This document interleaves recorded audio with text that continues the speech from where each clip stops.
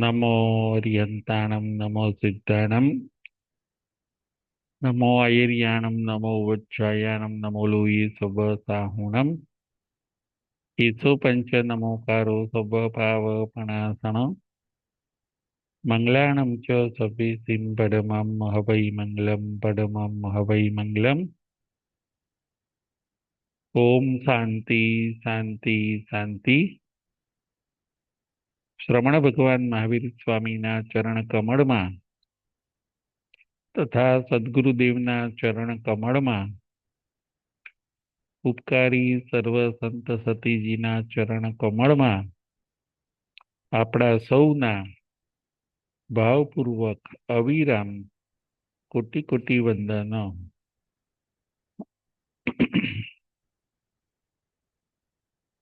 જય જીનેન્દ્ર। તારીખ 3/3/26 ધર્મકથા। આજની આપણી કથાનો વિષય છે મહાસતી મદન રેખા। આજની આપણી કથાનું નામ છે મહાસતી મદન રેખા। મદન રેખાના જીવન ઉપર આજે આપણે વિચાર કરીશું। મહાસતી મદન રેખા પોતાના શીલ અને સદાચાર માટે કેટલા કષ્ટ સહન કરે છે, કેટલો ત્યાગ કરે છે। પોતાના શીલ અને સદાચારનું રક્ષણ કરવા માટે એ કેટલી કુરબાની આપે છે, એવું આદર્શ નારીનું દ્રષ્ટાંત એટલે મહાસતી મદન રેખા। શીલ અને સદાચારની સૌરભ એટલે મહાસતી મદન રેખા। ત્યાગ અને તિતિક્ષાની સાક્ષાત મૂર્તિ એટલે મદન રેખા। સંભાવ, શાંતિ અને સહિષ્ણુતાનો અવતાર એટલે મહાસતી મદન રેખા। આર્ય દેશનું ગૌરવ, આર્ય દેશની સન્નારી મહાસતી મદન રેખા। એમના જીવન ઉપર આજે આપણે વિચાર કરીશું। નારી તું નથી હારી,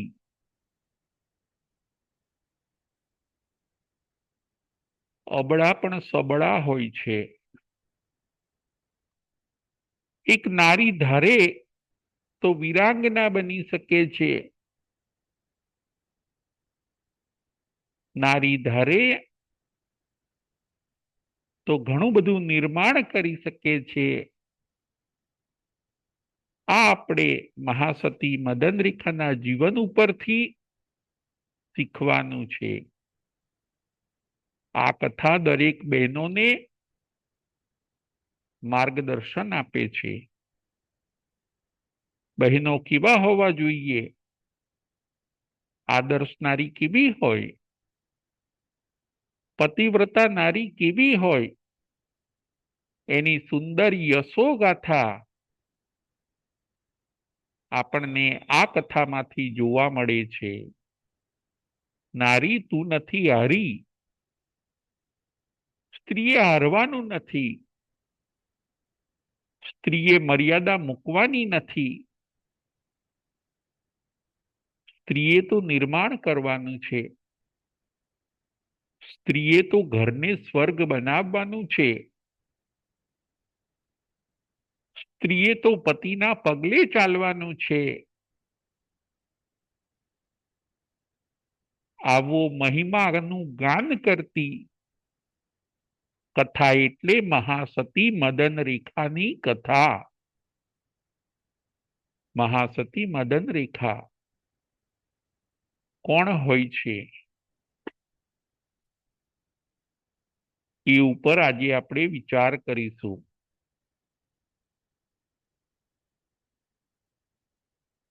બે ભાઈઓ હોય છે, મણિરથ અને યુગબાહુ. બે સગા ભાઈઓ મણિરથ અને યુગબાહુ. યુગબાહુની પત્નીનું નામ હોય છે મદન રેખા. મણિરથ મોટા ભાઈ હોય છે. મદન રેખાના પતિનું નામ યુગબાહુ અને મદન રેખાના જેઠનું નામ મણિરથ હોય છે. ફરીથી, મદન રેખાના પતિનું નામ યુગબાહુ અને મદન રેખાના જેઠનું નામ મણિરથ હોય છે. રાજઘરાનાની વ્યક્તિઓ.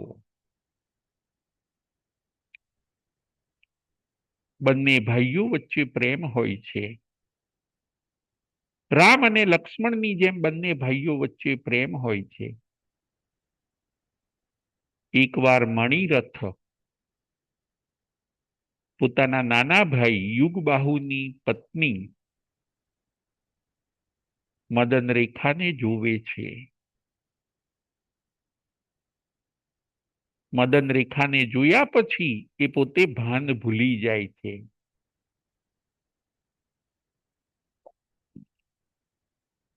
મણિરથ મદન રેખાને જોવે છે, સખીઓ સાથે હિંડોળે ઝૂલતા જોવે છે અને પોતે ભાન ભૂલી જાય છે. મદન રેખાને જોયા પછી મણિરથને એમ થાય છે કે મારા નાના ભાઈની પત્ની કેવી રૂપાળી છે, સુંદર છે. દેવલોકના દેવાંગનાની સામે પણ એ સ્વરૂપવાન છે. મણિરથ ભાન ભૂલે છે. મણિરથને એમ થતું નથી કે મારા નાના ભાઈની પત્ની ઉપર મારે આવા વિચાર ન કરાય.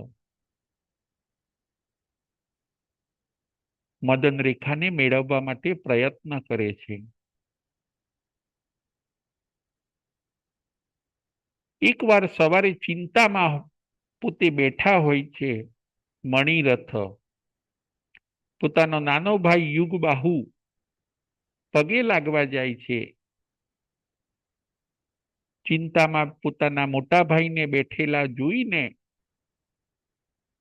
યુગબાહુ પૂછે છે, ભાઈ કેમ ચિંતામાં છો? શું કરું? બાજુના રાજાઓ સીમા ઉપર ચડાઈએ આવી ગયા છે. યુગબાહુ કહે છે, ભાઈ ચિંતા ન કરો, હું લડાઈએ જઈશ. અને યુગબાહુ લશ્કર લઈને લડાઈ કરવા માટે સીમા ઉપર જાય છે. મણિરથને ફાવતું જડ્યું. મણિરથને એમ થયું કે હવે મારો નાનો ભાઈ તો દૂર ગયો, હવે હું મદન રેખાને મેળવવા માટેનો પ્રયત્ન કરું. લડાઈ ચાલશે ત્યાં સુધી એ આવવાનો નથી. જુઓ પ્લાન બનાવ્યો. પોતાના નાના ભાઈને લડાઈ ઉપર મોકલે છે અને મણિરથ પોતે મદન રેખાને મેળવવા માટે પ્રયત્ન કરે છે. રંભા નામની દાસીને તૈયાર કરી અનેક આભૂષણો અને વસ્ત્રો મદન રેખાને ભેટ મોકલાવે છે. રંભા લઈને જાય છે. મદન રેખાને ભેટ આપે છે કે આપના જેઠ જે મણિરથ છે એમણે આપને આ ભેટ મોકલી છે. મદન રેખા રાજી રાજી થઈ જાય છે. મારા જેઠ એટલે પિતા સમાન, મારા જેઠ એટલે મોટા પિતા સમાન, એમણે વસ્તુ મને મોકલી. મદન રેખા રાજી રાજી થઈ જાય છે, ભેટનો સ્વીકાર કરે છે. રાજા મણિરથને એમ થયું કે ધીરે ધીરે આગળ વધવા જેવું છે. એ રંભાને બોલાવીને બીજી વાર ત્રીજી વાર ભેટ મોકલાવે છે, ચોથી વાર ભેટ મોકલાવે છે. હવે મદન રેખા જાગી જાય છે. મદન રેખાને એમ થયું કે અવારનવાર ભેટ મોકલાવાનું કારણ શું? હું પણ રાણી છું, મારી પાસે ઘણી બધી વસ્તુઓ છે. મણિરથ રાજા જે મારા જેઠ છે એ કેમ અવારનવાર મને ભેટ સોગાદો મોકલે છે? ચોથી વાર લેવાનો ઇનકાર કરે છે. મદન રેખા ના પાડે છે. દાસીને કહે છે કે મારી પાસે બધું છે, મારે આ ભેટ હવે જોઈતી નથી, જઈને તમે રાજાને કહેજો. દાસી રંભા થોડો કટાક્ષ કરે છે કે તમારા જેઠને તમે બહુ ગમો છો, એ તમને પોતાના બનાવવા માંગે છે. છાનામાના આ ભેટ લઈ લો ને.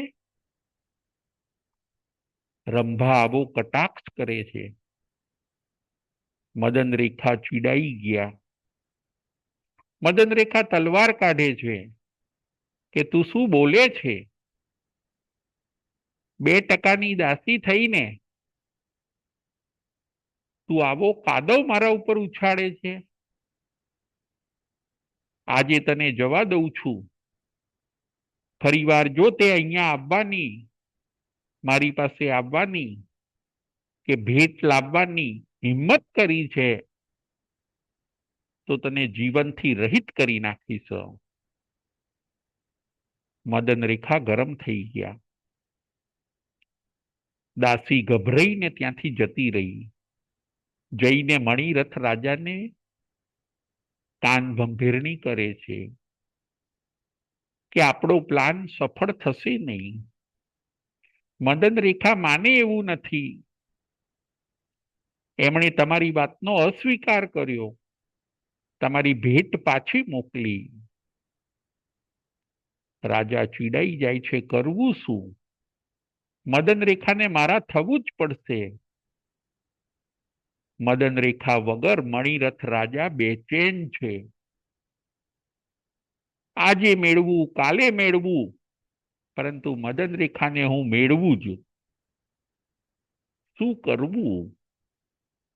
એના વિચારોમાં ને વિચારોમાં દિવસ રાત મણિરથ રાજા બેચેન રહ્યા કરે છે. સમય નીકળતો જાય છે.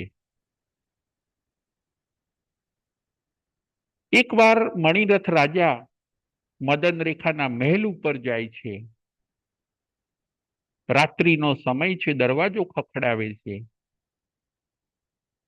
મદન રેખા અંદરથી પૂછે છે, કોણ છે? મદન રેખા ના પૂછવા પર મણિરથ રાજા કહે છે, હું તમારા જેઠ મણિરથ છું, દરવાજો ખોલો. મદન રેખા કહે છે, આ તમારો મહેલ નથી. તમારો મહેલ અને તમારો રૂમ આગળ છે, તમે આગળ જાઓ. પણ મણિરથ રાજા માનતા નથી. દરવાજો ખખડાવ્યા કરે છે. મદન રેખા સમજી ગયા કે મણિરથ માનશે નહીં. એ પાછલા દરવાજેથી મદન રેખા પોતાના સાસુ પાસે જતા રહે છે. સાસુને જઈને વાત કરે છે માતા પોતાના પુત્ર મણિરથને જાણતી હોય છે. માતા મણિરથને કહે છે, હે મણિરથ, તું જે દરવાજો ખખડાવે છે એ મહેલ તારો નથી. એ મહેલ તો યુગબાહુ અને મદન રેખાનો છે. તું ત્યાંથી નીકળી જા. અડધી રાત્રે તું શું દરવાજો ખખડાવે છે? માતાના આવા અવાજ સાંભળીને મણિરથ રાજા ભોંઠા પડી જાય છે, શરમાઈ જાય છે. નીચું મોઢું કરીને એ પોતે ત્યાંથી નીકળી જાય છે. મદન રેખા શાંતિનો શ્વાસ લે છે.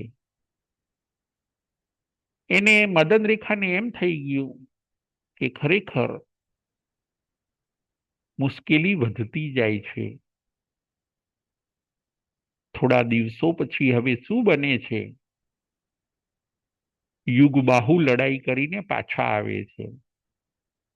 જે મદન રેખાના પતિ હોય છે યુગબાહુ લડાઈ ઉપર ગયા હોય છે, એ પોતે લડાઈ કરીને જીતીને પાછા આવે છે. યુગબાહુ આવી ગયા. મદન રેખા નિશ્ચિંત થઈ જાય છે કે હાશ, મારા પતિ આવી ગયા. હવે મને કોઈ ભય નથી, હવે એકલતા નથી, હવે હું શાંતિથી રહી શકીશ. પહેલા તો મદન રેખાને મણિરથનો ડર લાગ્યા કરે, પરંતુ હવે એ ભય મુક્ત થયા. યુગબાહુ લડાઈને જીતીને આવે છે. થોડો સમય શાંતિથી રહે છે. આ મદન રેખાને એક પુત્ર પણ હોય છે, 8 થી 10 વર્ષનો. એ પુત્રનું નામ હોય છે ચંદ્રયશ. આ મદન રેખા અને યુગબાહુને એક પુત્ર પણ હોય છે અને એનું નામ હોય છે ચંદ્રયશ, જેની ઉંમર 8 વર્ષની હોય છે. મદન રેખા હવે બીજી વાર ગર્ભવતી બને છે. એ અને યુગબાહુ શાંતિથી દિવસો પસાર કરે છે. યુગબાહુ હવે એકવાર મદન રેખાને કહે છે કે હું લડાઈ ઉપરથી ઘણા સમયે પાછો આવ્યો, તું પણ ગર્ભવતી છે, ચાલ આપણે થોડો ટાઈમ આપણા ઉદ્યાનમાં રહેવા માટે જઈએ. ત્યાં આપણે સરસ વાતાવરણમાં આનંદ કિલ્લોલ સાથે રહીશું. મદન રેખા તૈયાર થઈ જાય છે. યુગબાહુ અને મદન રેખા બંને જણ ઉદ્યાનમાં રહેવા માટે જાય છે. પોતાનું ઉદ્યાન હોય છે, પોતાનો બગીચો. એક અઠવાડિયું રોકાવાનો પ્લાન કરીને પોતે જાય છે.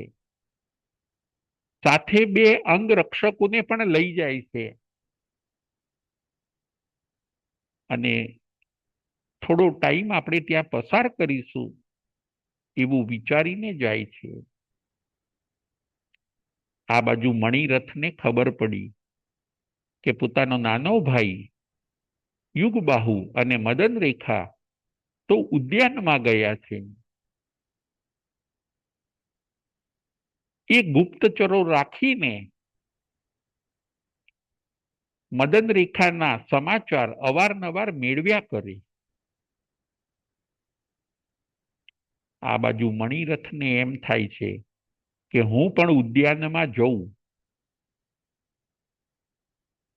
આ તક સારી છે. મદન રેખાને ગમે તેમ કરીને મેળવવી છે, મારી બનાવવી છે. એને એ વિચારો આવ્યા કરતા હોય છે.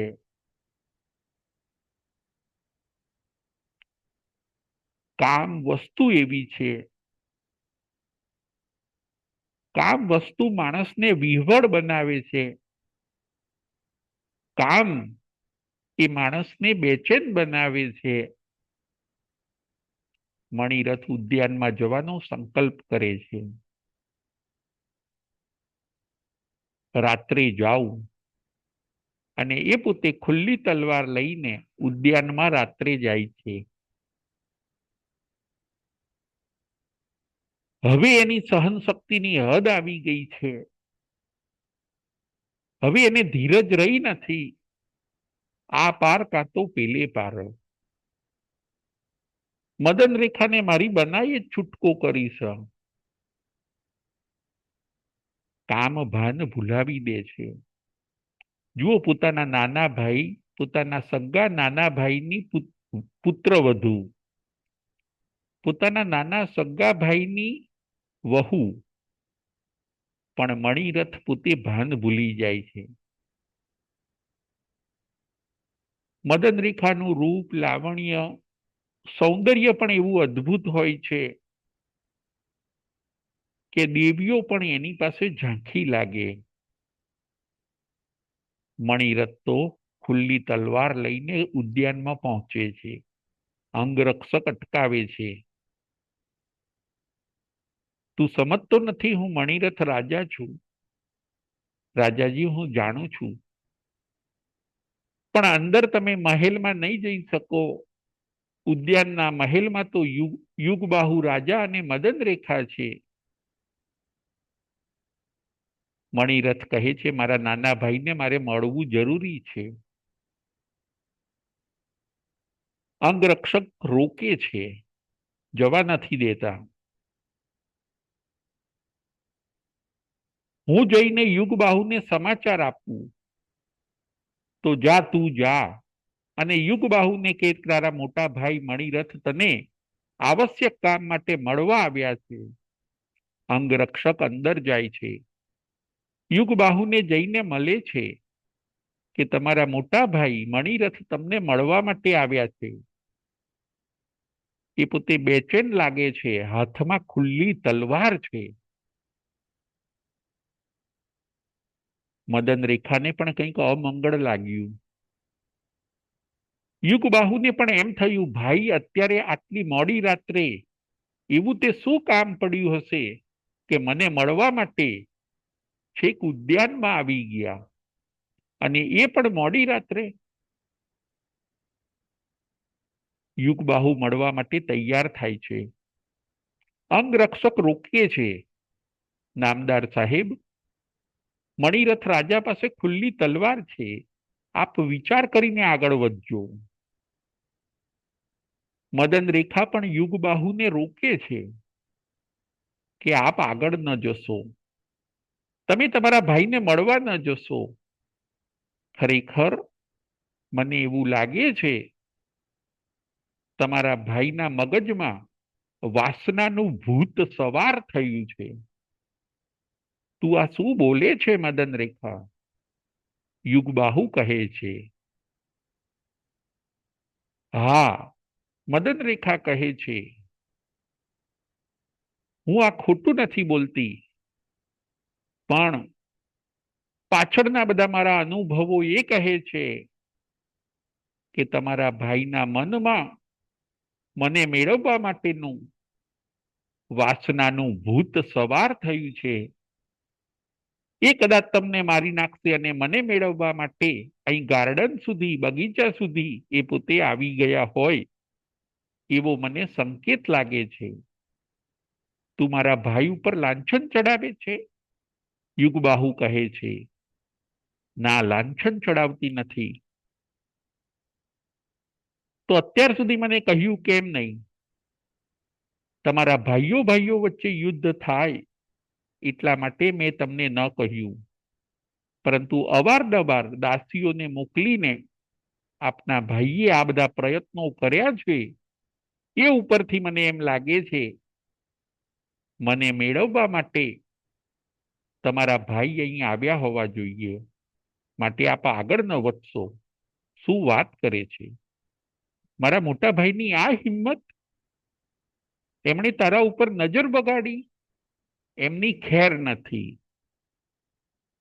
નાના ભાઈની પત્ની ઉપર એમણે આવો વિચાર કર્યો. આ બાજુ યુગબાહુ ક્રોધિત થઈ જાય છે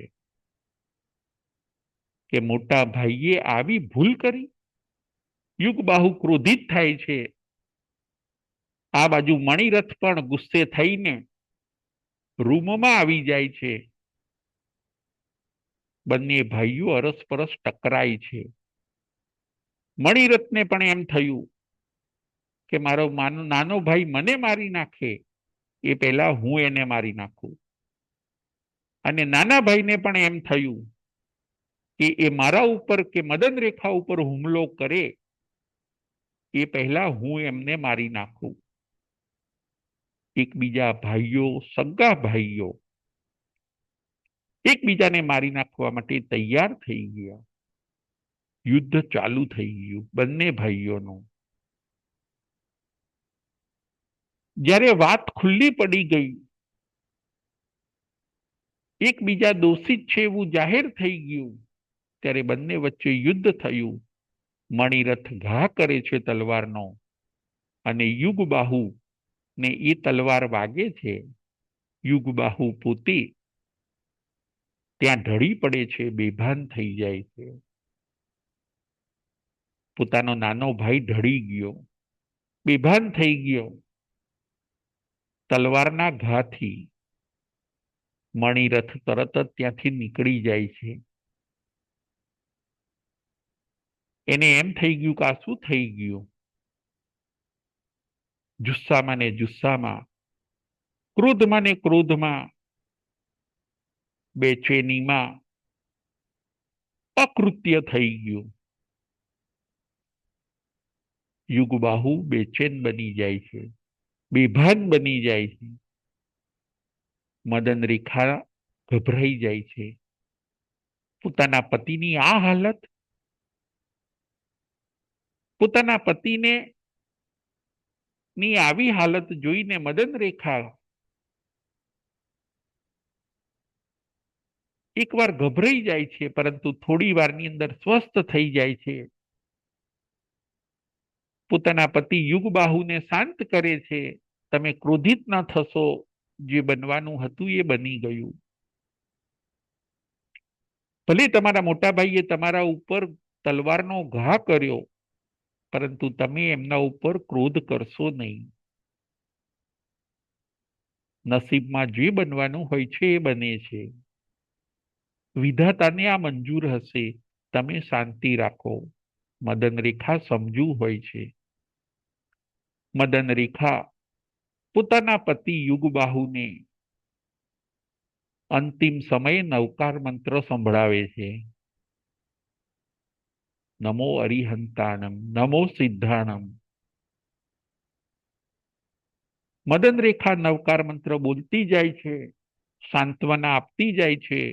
તમે ગુસ્સો ન કરશો. વિધિને આજ મંજૂર હશે. નિયતિને નમસ્કાર. મદન રેખા પોતે સમજુ હોય છે. આ સમય અંતિમ સમય બગાડવાનો ના હોય, અંતિમ સમય સુધારવાનો હોય.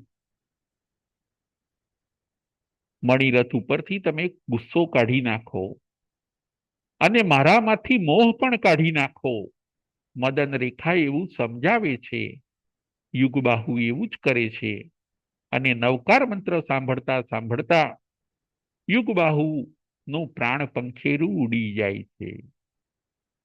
યુગબાહુ મૃત્યુ પામે છે. ન બનવાનું બની ગયું. આવ્યા હોય છે ઉદ્યાનમાં રહેવા માટે, પરંતુ મદન રેખા પતિ વિહોણા થઈ ગયા. મદન રેખા ઉપર આભ તૂટી પડ્યું, એવો દુઃખનો અનુભવ થયો. થોડી વાર તો રડારોડ થઈ ગઈ. પોતાના પુત્ર ચંદ્રયશને બોલાવીને રાજમહેલની અંદર અગ્નિ સંસ્કાર થયો. યુગબાહુનો અગ્નિ સંસ્કાર થયો. હવે આ બાજુ મદન રેખા વિચારે છે કે મારા પતિ તો હવે રહ્યા નથી. મારા જેઠ કે મણિરથ છે એ ગમે તેમ કરીને મારા શીલનો ભંગ કરશે, મને હેરાન પરેશાન કરશે, એના કરતા મારે હવે અહીંથી નીકળી જવું શ્રેષ્ઠ છે. એવું વિચારીને મદન રેખા પોતે ગર્ભવાળા હોય છે, ગર્ભવતી હોય છે, એટલે પોતે વિચારે છે કે મારા મોટા પુત્રની મારે ચિંતા કરવી નથી. મારો મોટો પુત્ર જે ચંદ્રયશ છે એની મારે ચિંતા કરવી નથી, પરંતુ મારા આવનારા બાળકની અને મારી શીલની ચિંતા કરીને મારે અહીંથી નીકળી જવું એ જ બેટર છે, એ જ સારું છે. એમ વિચારીને મદન રેખા પોતે મહેલના પાછલા દરવાજેથી જંગલમાં નીકળી જાય છે. જો હું રાજમહેલમાં રહીશ તો મણિરથ પોતે અવારનવાર મને મુશ્કેલી આપશે. એના કરતા રાજમહેલનો ત્યાગ કરીને મારે જંગલમાં જતું રહેવું શ્રેષ્ઠ છે, જેથી મણિરથ મને જોશે નહીં, મને મુશ્કેલી આવશે નહીં, મારા શીલ અને સદાચારનું રક્ષણ થશે. મદન રેખા આવું વિચારે છે. મદન રેખાએ જંગલની વાત પકડી લીધી. એક તળાવ કિનારે જઈને રહે છે. તળાવ કિનારે પ્રસૂતિ થઈ. મદન રેખાએ એક પુત્રને જન્મ આપ્યો. પોતાની સાડી અડધી ફાડીને પુત્રને ઝાડની ડાળીએ બાંધીને સુવડાવે છે. મદન રેખા પોતાના તાજા જન્મેલા બાળકને ઝાડની ડાળીએ કપડું બાંધીને એની અંદર સુવડાવે છે. પોતે કપડાં ધોવા માટે તળાવે જાય છે. હજી જુઓ શું બનવાનું હોય છે. પોતે કપડાં ધોવા માટે તળાવે જાય છે અને દૂરથી કોઈ હાથી આવે છે. એ હાથી ગુસ્સે ભરાયેલો હોય છે.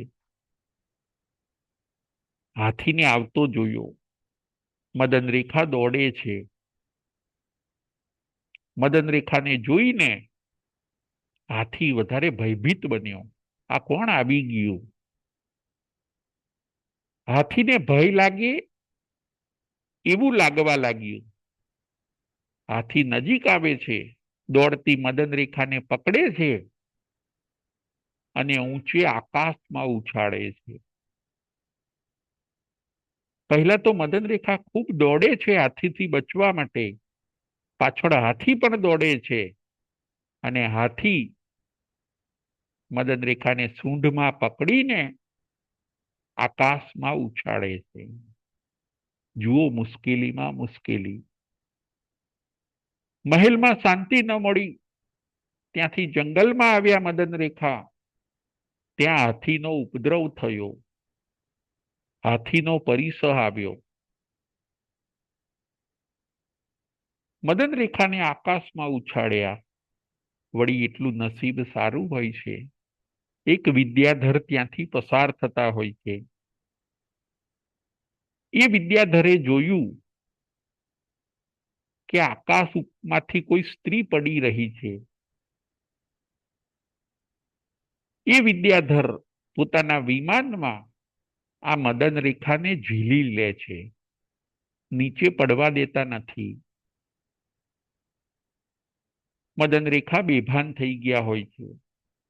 નસીબ સારું કે નીચે જમીન ઉપર ન પડ્યા અને વિમાનની અંદર વિદ્યાધર ઝીલી લે છે.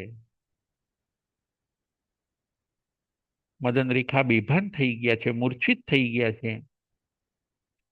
વિદ્યાધરને દયા આવી, મદન રેખાને ઝીલી લીધા. પરંતુ મદન રેખાનું રૂપ લાવણ્ય જોઈને એ વિદ્યાધર પણ મૂર્છિત થઈ જાય છે. એ વિદ્યાધર પણ મોહિત થઈ જાય છે. એને એમ થાય છે કે આ સ્ત્રી લાગે છે કોઈ રાજઘરાનાની, પરંતુ મુશ્કેલીમાં આવી ગઈ હશે એટલે આ જંગલમાં રહેતી હશે, કાંઈ વાંધો નહીં. એ જ્યારે બેભાનમાંથી બહાર નીકળશે ત્યારે હું એની સાથે લગ્ન કરી લઈશ. વિદ્યાધરનું પણ મન બગડે છે. વિદ્યાધરને પણ એમ થાય છે કે હું મારા રાજમહેલમાં આ સ્ત્રીને લઈ જઈશ. આ બાજુ મદન રેખા થોડા સમય પછી ભાનમાં આવે છે, હું ક્યાં છું, કોણ મને અહીંયા લાવ્યું? વિદ્યાધર સાંત્વના આપે છે કે તમે આકાશમાંથી નીચે પડતા હતા ને મેં તમને ઝીલી લીધા, બચાવી લીધા. હવે તમે ચિંતા ન કરો, હું તમને મારા રાજમહેલમાં લઈ જઈશ.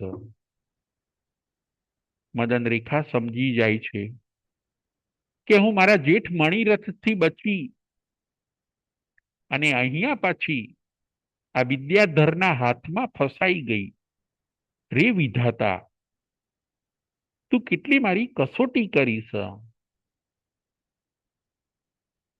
મદન રેખા વિદ્યાધરને સમજાવે છે કે જુઓ ભાઈ,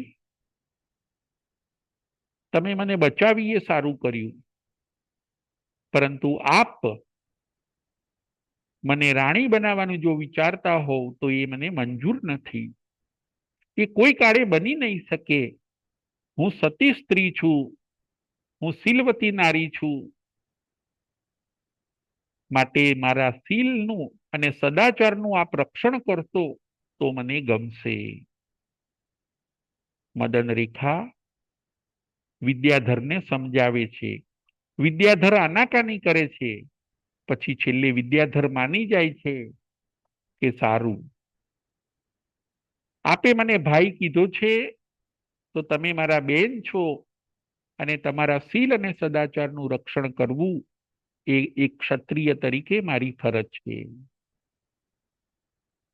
એ વિદ્યાધર પણ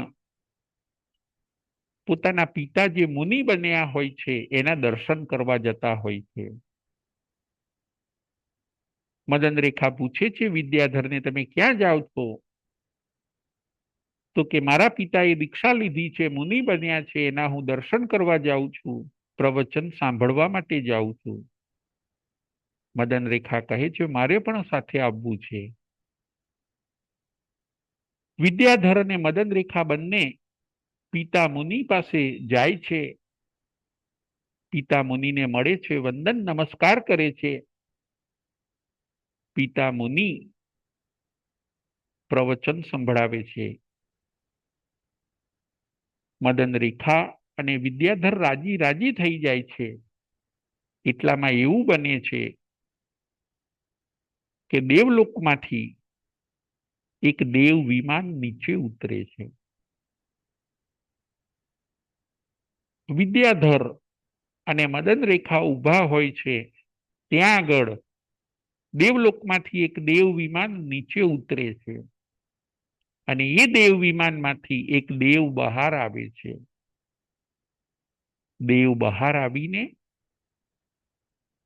મદન રેખા પાસે આવે છે અને મદન રેખાને નમસ્કાર કરે છે. હે મદન રેખા, તું મને ઓળખે છે? મદન રેખા કહે છે ના, હું આપને ઓળખતી નથી. હે મદન રેખા, હું બીજું કોઈ નહીં, તમારો પતિ યુગબાહુ છું. તમારો પતિ યુગબાહુ છું. આપે મને નવકાર મંત્રને એ બધું સંભળાવ્યું, એના કારણે હું દેવ બન્યો. હું જે રિદ્ધિ સિદ્ધિ પામ્યો એનું કારણ મારા અંતિમ સમયે તમે જે મારો મોહ અને ક્રોધ દૂર કરાવ્યો, નવકાર મંત્રનું સ્મરણ કરાવ્યું, મને સમતામાં લઈ ગયા, એના કારણે આજે હું મોટો દેવ બન્યો છું. આપને મળવા માટે અહીંયા આવ્યો છું. મદન રેખા કહે છે મેં કોઈ તમારા ઉપર ઉપકાર નથી કર્યો, મેં તો મારી ફરજ બજાવી છે. અંતિમ સમયે પતિનું કલ્યાણ થાય, પતિની સદગતિ થાય એવું દરેક નારીએ ઈચ્છવું જોઈએ. મેં મારું કર્તવ્ય અદા કર્યું છે. બાકી તમને જે રિદ્ધિ સિદ્ધિ મળી છે એ તો ધર્મના કારણે જ મળી છે, નવકાર મંત્રના કારણે મળી છે. એમાં મારા તરફથી મેં કંઈ આપ્યું એવું નથી. યુગબાહુ કહે છે, પરંતુ આપે એ રસ્તો જો મને ન બતાવ્યો હોત તો મારી સદગતિ ન થાત અને ગુસ્સામાં ને ગુસ્સામાં મારી દુર્ગતિ થઈ જાત. આપના એ ઋણમાંથી મુક્ત થવા માટે બોલો, હું હવે તમારી શું સેવા કરી શકું? એક દેવ મદન રેખાને કહે છે, મારે તમને સુખી કરવા છે, મારે તમને બધી સગવડો આપવી છે. તમે માગો માગો એ હું આપું. દેવ મદન રેખાને કહે છે. મદન રેખા કહે છે, મારે કાંઈ જોઈતું નથી. મેં તો મારું કર્તવ્ય અદા કર્યું છે. પરંતુ જો આપ કહી શકતા હો તો મને એટલું કહો કે મેં મારા જે નાના પુત્ર,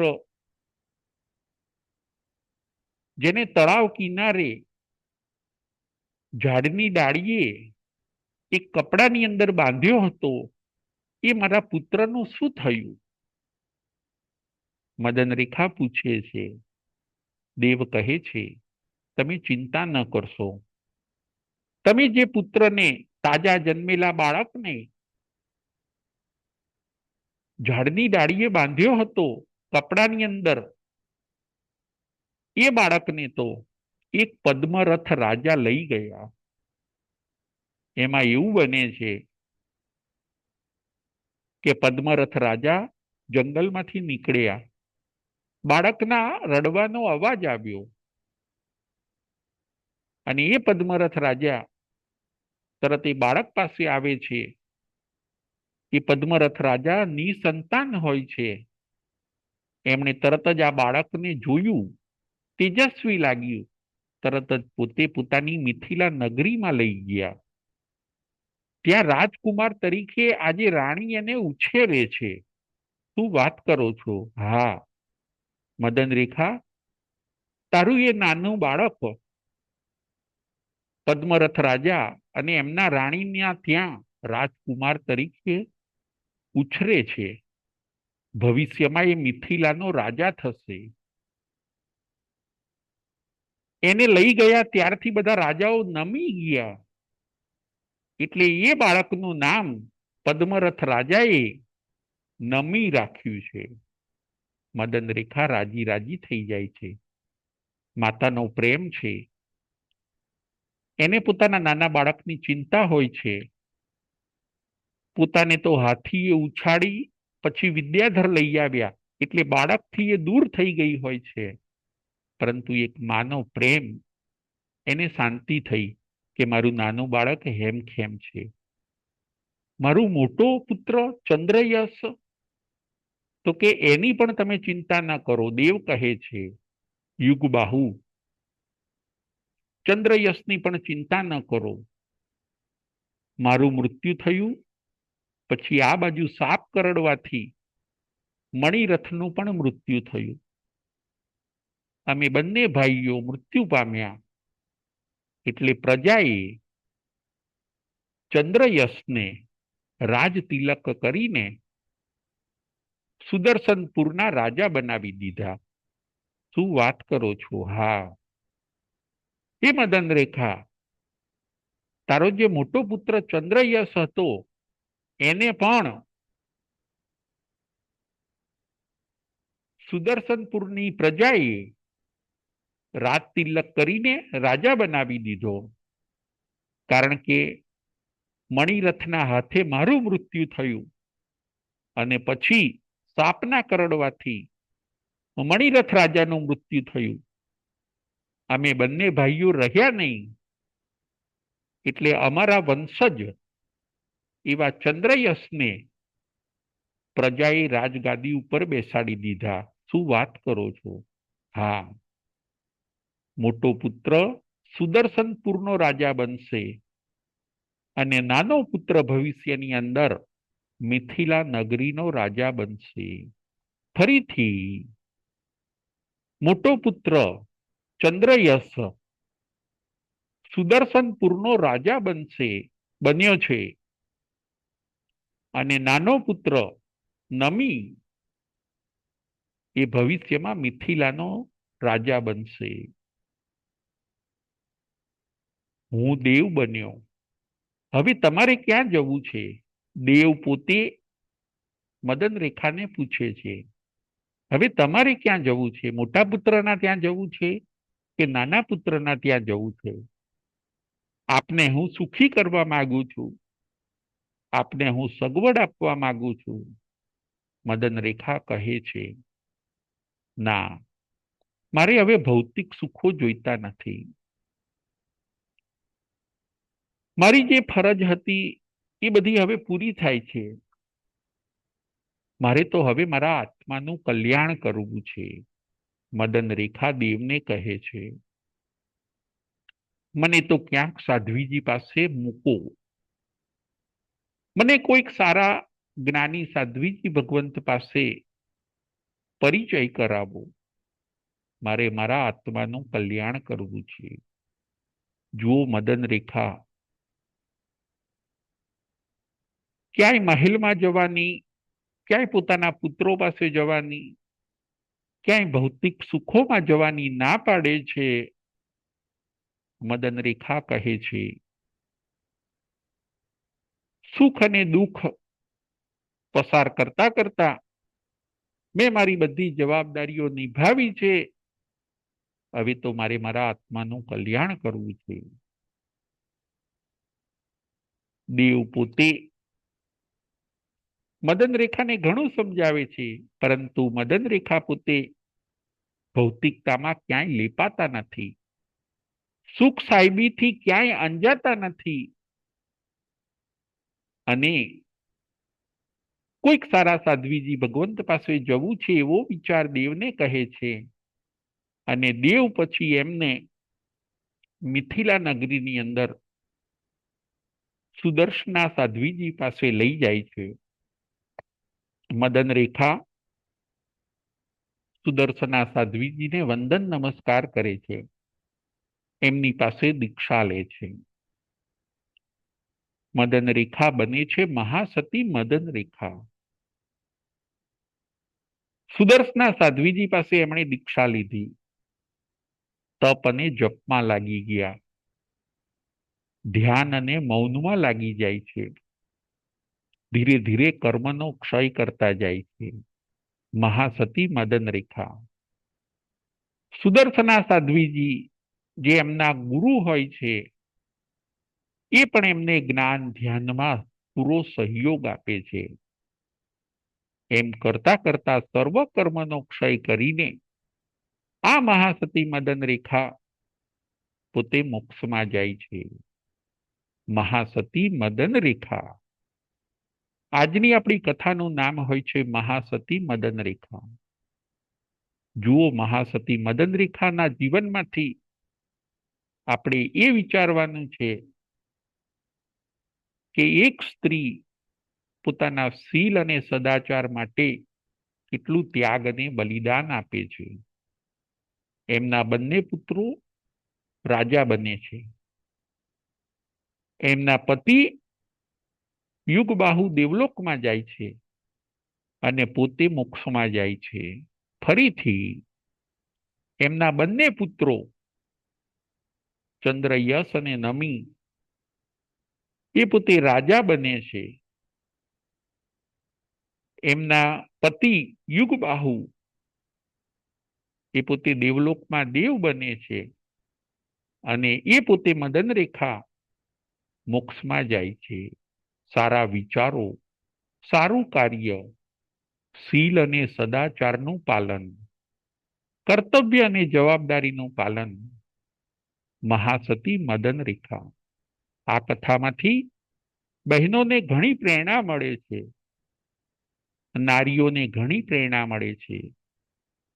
નારી જો ધારે તો ઘણું બધું નિર્માણ કરી શકે. નારીએ શું કરવાનું છે? તો કે નારીએ પોતાના શીલ સદાચારનું રક્ષણ કરવાનું છે. એમણે કર્તવ્યનું પાલન કરવાનું છે. એમણે પતિવ્રતા સ્ત્રી બનીને એક સરસ જીવનનું નિર્માણ કરવાનું છે. મહાસતી મદન રેખાને ઘણા બધા દુઃખ આવ્યા, પરંતુ એ દુઃખથી ન હાર્યા અને ધર્મને ન મૂક્યો. ધર્મને આપણે ન મૂકીએ. પહેલા પોતે મણિરથ રાજા એમને હેરાન કરે છે, પછી પોતે જંગલમાં ગયા, હાથીનો ઉપદ્રવ આવ્યો, પછી વિદ્યાધરના હાથમાં ફસાયા, છેલ્લે પોતાના પતિ યુગબાહુ એમને બધી સગવડ આપવા પણ તૈયાર થયા, છતાં ભૌતિકતાને ફેંકી દઈને ધર્મને પકડી રાખ્યો. મહાસતી મદન રેખાએ. મહાસતી મદન રેખાના જીવનમાંથી આવી પ્રેરણા લઈને દરેક બહેનોએ, દરેક નારીએ એક સુંદર જીવનનું નિર્માણ કરવું જોઈએ. એક સરસ પરિવારનું નિર્માણ કરવું જોઈએ. પરિવારના દરેક સભ્ય શીલ સદાચાર અને સિદ્ધાંતનું જો પાલન કરશે તો ચોક્કસ એ સદગતિને મેળવશે. આજની આપણી કથા હતી મહાસતી મદન રેખા.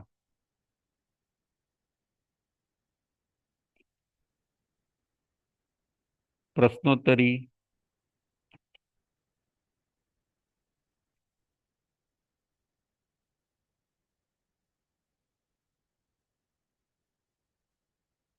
પ્રશ્ન નંબર 1, મદન રેખાના પતિનું નામ શું હોય છે? પ્રશ્ન નંબર 1, મદન રેખાના પતિનું નામ શું હોય છે? બકુલાબેન. જય જીનેન્દ્ર ગુરુજી. જય જીનેન્દ્ર. શાતામાં હા, મદન રેખાના પતિનું નામ યુગબાહુ હોય છે. બહુ સરસ, બહુ સરસ. બીજો પ્રશ્ન, મદન રેખાના જેઠનું નામ શું હોય છે? મદન રેખાના જેઠનું નામ શું હોય છે?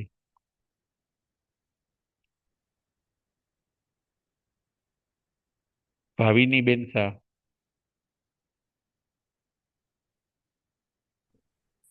જય જીનેન્દ્ર ગુરુજી. જય જીનેન્દ્ર. શાતામાં મદન રેખાના જેઠનું નામ મણિરથ રાજા હોય છે.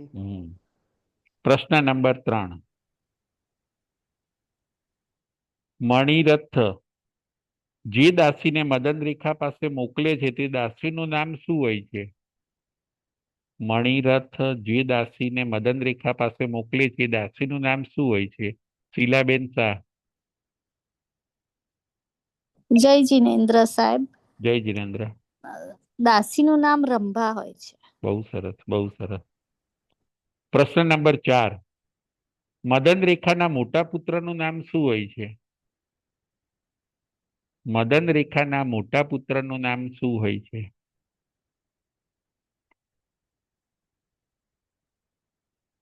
બકુલાબેન શાહ.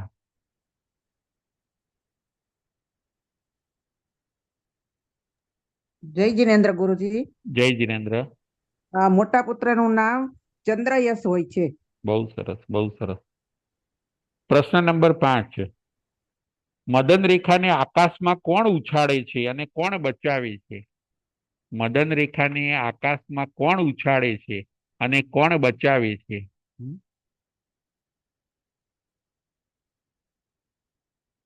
મદન રેખાને આકાશમાં કોણ ઉછાળે છે અને કોણ બચાવે છે? રાજેન્દ્ર શાહ. રાજેન્દ્રભાઈ શાહ. જય જીનેન્દ્ર. જય જીનેન્દ્ર. હાથી ઉછાળે છે અને વિદ્યાધરને બચાવે છે. બહુ સરસ, બહુ સરસ. હવે આગળનો પ્રશ્ન, મણિરથનું મૃત્યુ કોનાથી થાય છે? મણિરથનું મૃત્યુ કોનાથી થાય છે?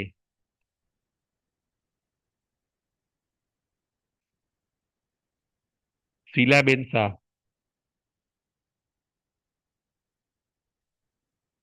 મણિરથનું મૃત્યુ સાપ કરડવાથી થાય છે. બહુ સરસ, બહુ સરસ. હવે આગળનો પ્રશ્ન. યુગબાહુ દેવ મદન રેખાને કયા સાધ્વીજી પાસે મૂકે છે? યુગબાહુ દેવ મદન રેખાને કયા સાધ્વીજી પાસે મૂકે છે? એમનું નામ શું હોય છે?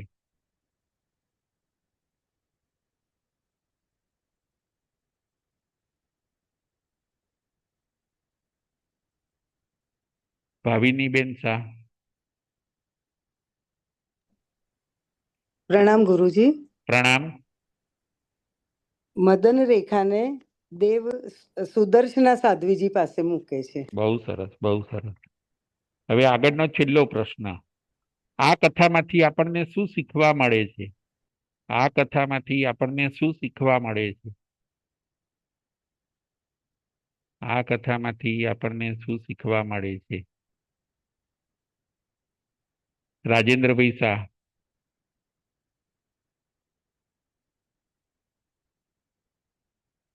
આ કથામાંથી આપણને શું શીખવા મળે છે? ધર્મને મૂકવો નહીં એમ ખાસ મુખ્ય બેજે કહેવાય છે. બરાબર છે, શીલ ચારિત્રનું રક્ષણ કરવું અને ધર્મને મૂકવો નહીં ક્યારેય. બરાબર છે, બરાબર છે. બહુ સરસ, બહુ સરસ. હવે બકુલાબેન શાહ. આ કથામાંથી આપણને શું શીખવા મળે છે? બકુલાબેન શાહ.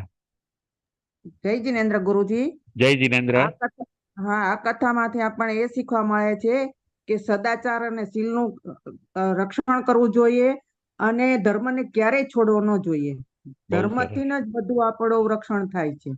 બહુ સરસ, બહુ સરસ. Thank you. જય જિનેન્દ્ર, જય મહાવીર.